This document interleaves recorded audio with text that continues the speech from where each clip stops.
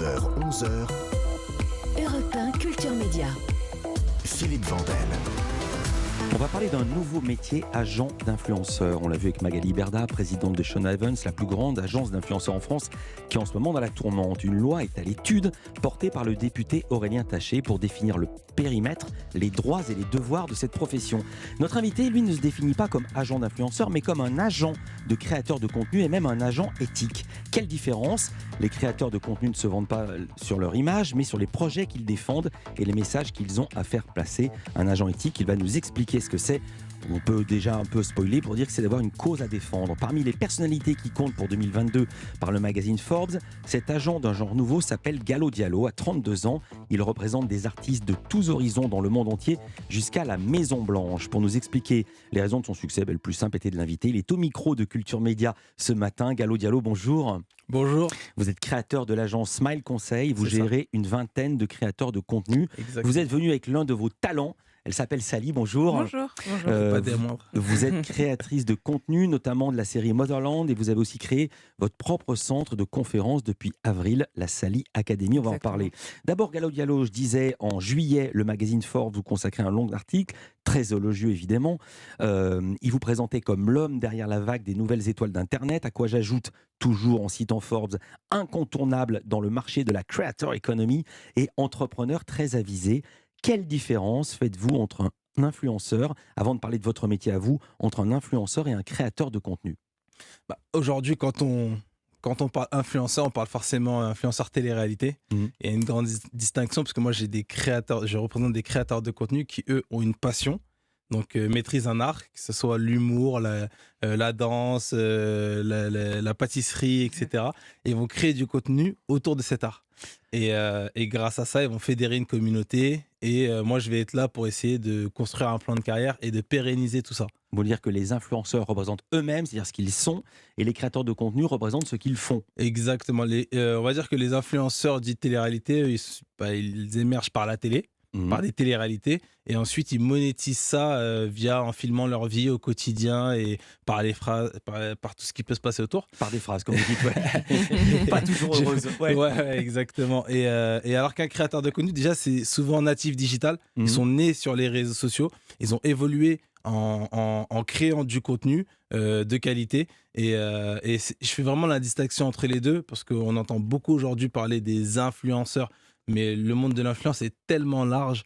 On peut avoir de tout type. On peut avoir des gamers, des gens qui sont spécialisés dans le jeu vidéo. On peut avoir des gens qui sont spécialisés dans de l'analyse juridique, comme a pu le faire Sally. On peut avoir des danseurs. On peut avoir des humoristes. Et c'est vraiment...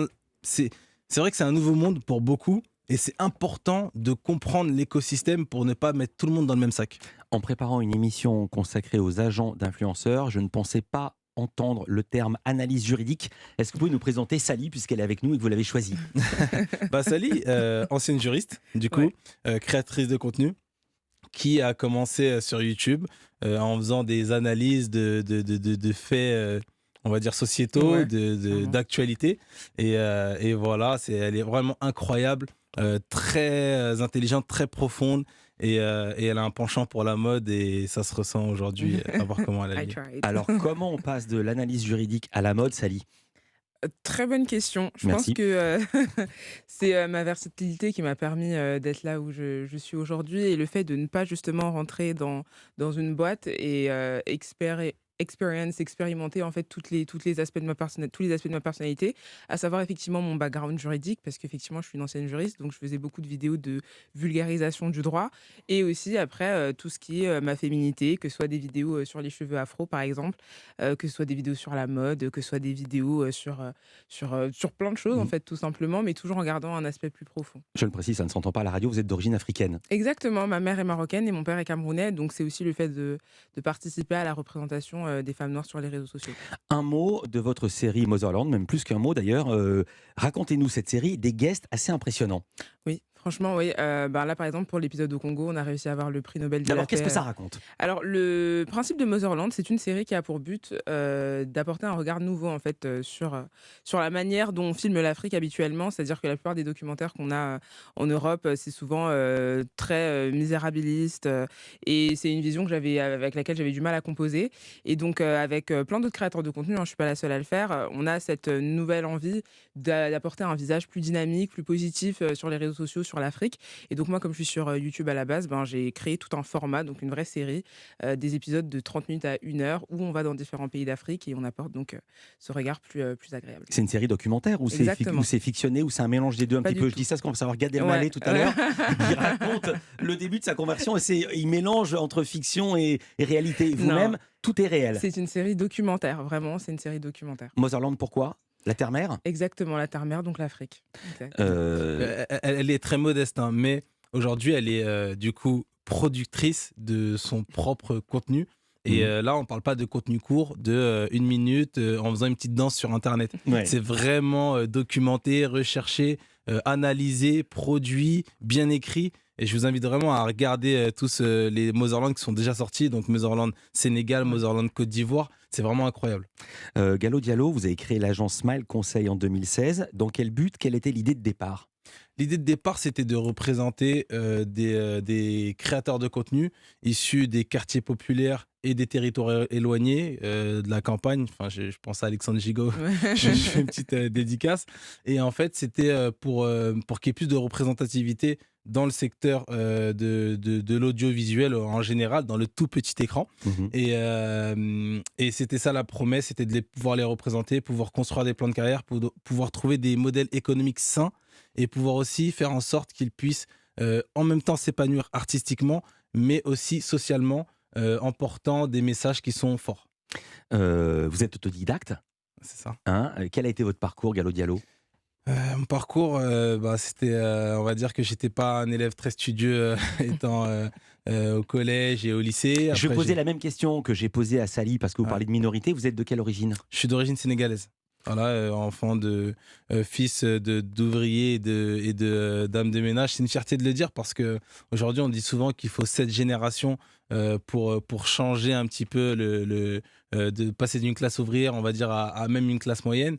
Et entre guillemets, les enfants de la diaspora sont en train de déjouer toutes ces statistiques justement en entreprenant, en ayant aussi des postes à responsabilité dans des sociétés. Donc c'est aussi un message que j'aime faire passer. Mais au-delà de ça, voilà, j'avais un parcours pas très studieux et ensuite je me suis repris en main après un voyage au Sénégal où j'ai compris un petit peu l'histoire de ma famille. J'ai vraiment compris l'importance de faire les choses, de se battre pour les autres, de porter des convictions fortes. Et en revenant en France, j'étais vraiment déterminé. J'ai repris les études, bac, DUT, école de commerce. Et directement, par la suite, j'ai entrepris. Alors, quand on vous demande quelle est votre source d'inspiration, Gallo Diallo répond Victor Newman. Et alors, là, je dois dire que j'étais complètement bluffé parce que je ne savais pas qui c'était. C'est l'homme d'affaires de la série Les Feux de l'amour. Là non C'est plus, ça. je ne pensais pas C'est ça. citer Les Feux de l'amour dans un Mais- sujet mais- sérieux, dans une interview. Racontez-nous. En étant jeune, j'avais pas forcément de modèle de réussite Ouais. autour de moi. Et si ce n'est mes parents, parce que j'estime quand même qu'ils ont vraiment réussi du coup à nous éduquer, à faire de nous ce qu'on est aujourd'hui. Mais mis à part ça, en termes de figure qui m'inspirait hors famille, j'avais personne. Et du coup, je suis parti chercher ça dans une série. Ouais, j'ai vu, mais ça aurait pu être JR dans Dallas, ça aurait pu être. Mais parce que je ma sais mère, pas, en fait, Les Feux de l'amour. Et ma mère regardait Les Feux de l'amour, ça m'a été imposé. Ouais. Et ensuite, j'ai adhéré. Voilà. J'ai adhéré, j'ai kiffé le personnage charismatique, chef d'entreprise.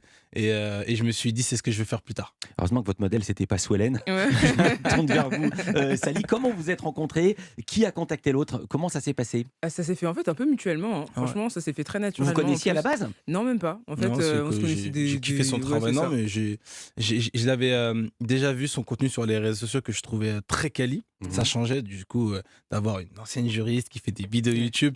C'est vraiment le type de profil que j'admire. Et surtout, elle a la casquette entrepreneuse du coup. Et pour moi, c'était important de pouvoir représenter des talents qui proposent autre chose. Donc c'est vous qui l'avez contacté. D'un mot, pourquoi vous avez dit oui? Vision, loyauté et compréhension l'un de l'autre. Quel est le modèle économique de ces influenceurs d'un Merci genre pour la nouveau? dédicace. Gallo Diallo et Sally vont-ils repartir bras dessus, bras dessous? Il faut rester dans Culture Média pour comprendre pourquoi cette allusion qui n'a strictement rien à faire là et pourtant qui est à sa place. A tout de suite. 9h-11h, Europe 1 Culture Média. Philippe Vandel. En compagnie de Sally, créatrice de contenu, Gallo Diallo. Il dirige l'agence Smile Conseil, qui est une agence de, non pas d'influenceurs, mais de créateurs de contenu, et dont vous dites, Gallo Diallo, que vous êtes, en parlant de votre travail, un agent éthique. Qu'est-ce que cela signifie? Par rapport à quoi vous vous définissez? C'est surtout le marché qui me définit comme tel. Je ne me suis pas défini un matin agent éthique, mais pour moi, un agent éthique, c'est un agent conscient de ce qui se passe, conscient qu'il y a la limite de la légalité, mais il y a aussi une limite qui est l'immoralité. Et cette morale, elle évolue avec le temps. Il y a 20 ans, 30 ans, on pouvait aller dans un zoo et ça ne posait pas problème. Aujourd'hui, c'est beaucoup plus problématique au vu de tout le message que ça fait passer. Et c'est de pouvoir faire évoluer les créateurs de contenu au même niveau que la société évolue aussi, et de faire attention aux enjeux que nous avons aujourd'hui.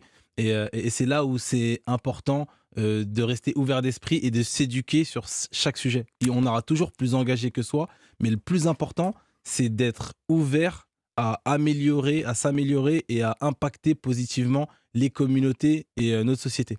Sans citer personne, qu'est-ce que vous voyez sur les réseaux sociaux que jamais vous ne pourrez faire ou demander à vos talents de faire? Genre vendre l'eau du bain. Des choses comme ça. Non, mais qu'est-ce que vous avez Non, vu mais on est qui vous tellement ont fait aux bondir? antipodes. On va En fait, citer personne, mais ouais. qu'est-ce que vous avez vu qui vous a fait bondir? Vous êtes dit On jamais est- de ça chez moi. On Je est poserai la même tellement question à en Sally. fait aux antipodes, si vous voulez. Il y a des choses qu'on découvre en même temps que vous, parce qu'Internet c'est tellement large. Mais même nous, on tombe sur des choses, on pète les plombs quand on parlait de la story du vagin. Pour avoir un vagin d'une fille de 12 ans, mais c'est extrêmement choquant. Moi, j'ai une fille, C'est une influenceuse qui disait qu'elle venait de faire une opération et que désormais elle avait le vagin de mémoire une fille de 13 ans. Quand elle soit 13 ou 12, c'est pareil. Non, mais ça nous choque, mais autant que n'importe qui en fait. C'est juste que on n'est pas du tout dans le même monde. On n'a rien à voir. On a vraiment ces deux mondes qui sont totalement différents. Mais tout ça, mais au-delà de ça, il y a des choses aussi qu'on voit passer, comme on parlait du dropshipping. Moi, ce qui me dérange le plus, je vais dire un dans mot ce sur le sujet, dropshipping. Ce sont des gens qui vous vendent une montre, par exemple, ou un bracelet pour 50 ou 100 euros. Et en fait, ils l'ont acheté sur un site chinois à 2 euros. Et avec leur notoriété, vous achetez 50 euros quelque chose qui en vaut mais 2. tu sais que c'est même pas ça le pire dans l'histoire. C'est quoi Tout le le monde pire? a abordé ce sujet-là à travers ce prisme-là. Voilà. Mais en fait, c'est souvent des gens qui n'ont même pas les stocks. Donc, je m'improvise entrepreneur, je crée un site internet, vitrine, et lorsque tu commandes sur mon site, je commande sur le site du fournisseur directement. Donc, je n'ai pas de stock. Donc, je n'ai aucun contrôle sur le fait que tu vas recevoir ton produit ou pas. Et c'est ça, en fait, la folie. C'est de se dire qu'on est en capacité de faire de la promotion à des gens qui vont arnaquer d'autres.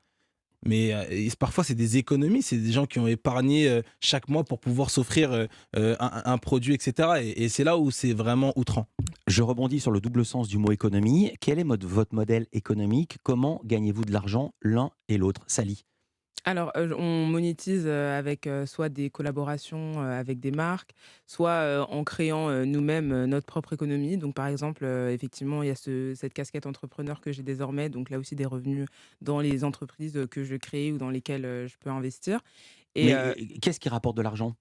tout, Quand vous faites du absolument brand tout. En content, fait, c'est je du comprends. 360. Hein. Mhm. Franchement, c'est du 360 degrés. Aujourd'hui, je pense justement que les créateurs essayent de diversifier un maximum de leurs revenus pour pas justement. Vous, être- c'est En fait, des entreprises qui vous donnent de l'argent. En fait, il y a trois des lignes, collabs. il y a Ouais. 3 lignes de revenus. Gallo Diallo. Voilà, on va dire qu'il y a 3 lignes de revenus. Le premier levier, c'est la monétisation des vues. Donc, Aussi. lorsque je poste une vidéo sur YouTube, Mhm. vous voyez, il y a des publicités Bien avant, sûr. au milieu, pendant. Donc, ça, c'est un modèle pour gagner de l'argent pour un créateur de contenu. Sur YouTube, on dit que c'est 1 euro par 1000 vues, en gros. Bah, ça dépend du Ouais, CPM. Voilà. C'est En gros, très très schématique. Voilà, Très on va dire schématiquement. ça. On va dire ça comme ça. Je pense pour les gens qui sont novices. Voilà. Donc, ça, c'est la première ligne de revenus. La deuxième ligne de revenus, c'est de brand content. Donc, je vais, je sais pas moi, on va prendre le groupe LVMH Ouais. qui sortent, il y a un produit qui sort et on va créer un contenu autour de cette sortie de produit. Donc voilà, c'est une collaboration artistique qu'on va poster sur les réseaux sociaux et ça, on va le monétiser. Et ensuite, la troisième ligne de revenus, c'est de monter une entreprise. En gros, si Sally demain est fan de produits cosmétiques et qu'elle décidait du coup de lancer sa propre gamme de produits cosmétiques, et bah, du coup, elle devient entrepreneuse, elle lance son entreprise, elle embauche des gens, elle crée de l'emploi et elle lance ses propres produits et sur lesquels elle va gagner de l'argent. Si vous choisissez exprès les cosmétiques, est-ce que c'est pas justement là où les problèmes ont commencé à survenir avec les produits cosmétiques? Est-ce que vous faites des cosmétiques, par exemple? Question à tous les deux. Non, pas encore. Pas encore, Donc, mais en fait, tout est une question de sérieux et à qui on s'associe pour pouvoir le faire. On ne s'improvise pas expert dans chaque domaine. Et je pense qu'il faut savoir aller chercher à s'associer aux plus sérieux, aux acteurs les plus sérieux dans chaque domaine et venir, nous, avec notre force de frappe, les amplifier pour créer du succès.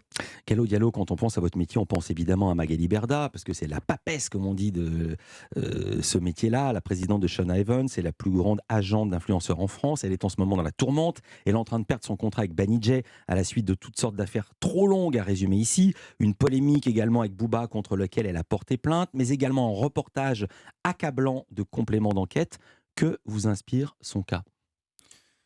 Allez, encore une fois, on n'est pas dans le même monde.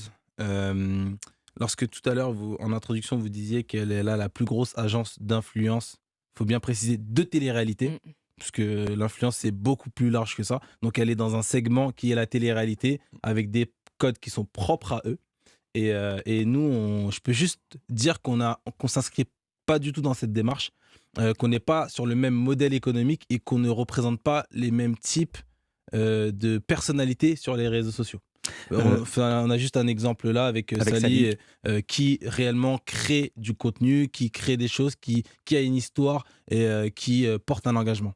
Il y a une loi qui est à l'étude, portée par le député Aurélien Taché, qu'on avait reçu ici à ce micro, pour définir le périmètre, les droits et les devoirs de cette profession. Est-ce que vous l'avez rencontré, Aurélien Taché? Pas encore. Pas encore, mais par contre, j'ai rencontré Bruno Le Maire. Mhm. On a fait un Ministre de documentaire. l'économie. Ministre de l'économie. On a fait un documentaire autour de l'argent sur les réseaux sociaux. Et on l'a interviewé. C'est un documentaire qu'on a sorti sur Brutix, qui est porté par Riyad.